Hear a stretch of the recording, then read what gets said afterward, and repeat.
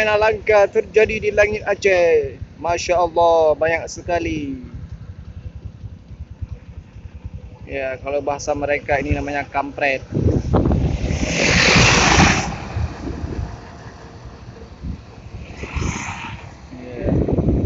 Ya.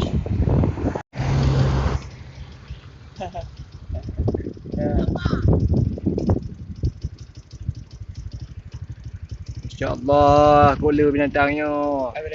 Binatang ni tanya. Nyo pulhang.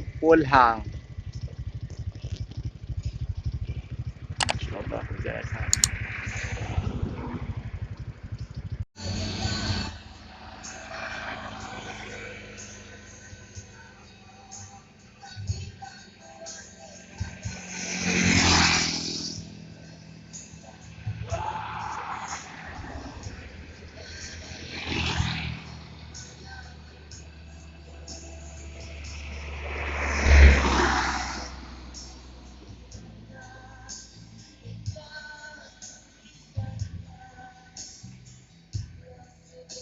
Inilah fenomena langka yang terjadi di langit Aceh.